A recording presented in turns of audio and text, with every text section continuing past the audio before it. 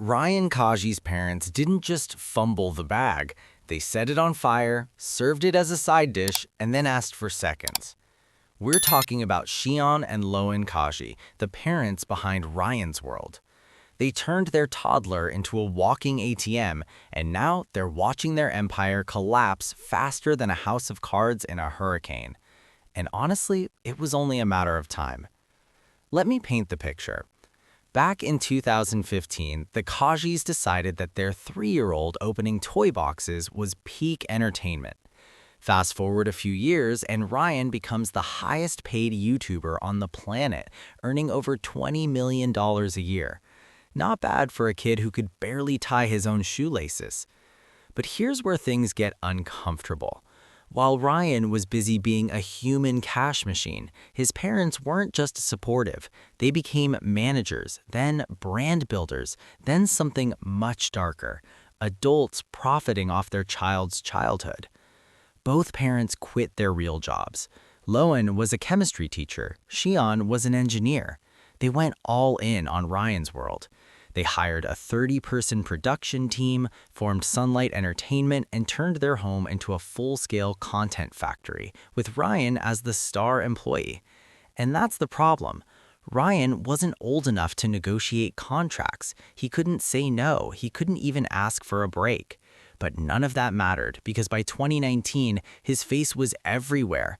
Walmart toys, toothpaste ads, clothing lines, even a Macy's Thanksgiving Day parade balloon. They built a billion-dollar brand on shoulders that were still growing. Even back then, people were uncomfortable. Critics weren't just throwing shade, they were launching full solar eclipses. The FTC stepped in because turning playtime into non-stop advertising for children raises some serious red flags. Consumer advocates accused the Kajis of misleading millions of kids by disguising ads as entertainment because, shockingly enough, preschoolers can't tell the difference between Ryan loves this toy and Ryan is being paid to love this toy. The family even rebranded from Ryan's Toy Review to Ryan's World to sound less commercial, which is like calling a casino a fun money adventure center. Same thing, different packaging. But the sponsored content never stopped. Ryan was filming up to 25 segments per week across multiple channels. 25! That's more content than most adult YouTubers make in months. Every part of his life became monetized. Family time, science experiments, daily routines. The kid couldn't brush his teeth without it becoming content. And here's the worst part. Unlike child actors in Hollywood, there were no laws protecting Ryan's earnings. Every dollar legally belonged to his parents. Ryan was the breadwinner, but his parents controlled the bakery. But karma doesn't forget addresses. Fast forward to today, and the Kaji empire is collapsing harder than a Jenga tower in an earthquake. Ryan's World once pulled billions of views. Now, new videos struggle to break 100,000 views, a 70% drop. That's not a decline, that's a free fall. Why? Because Ryan grew up, and so did his audience. The kids who once adored him are now teenagers who find the same forced content painfully cringe. And younger kids don't want to watch a teenager pretend to be excited about toys. It's awkward for everyone. Then, YouTube changed its algorithm after the COPPA crackdown. Channels featuring kids stopped getting special treatment. Loan Kaji later admitted they lost 70% of their income overnight. That's not a pay cut, that's a financial amputation. And somehow they made it worse. The Kajis decided to make a movie, Ryan's World Titan Universe Adventure. Sounds epic, right? The movie made $624,000 against a $10 million budget, losing nearly $9.5 million.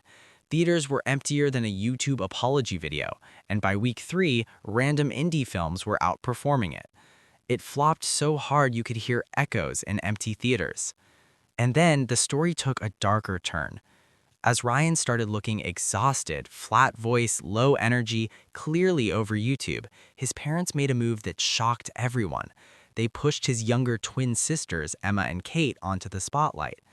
The twins, just 7 years old, now have their own animated series and are increasingly featured in content. It's like draining one well dry and immediately digging another.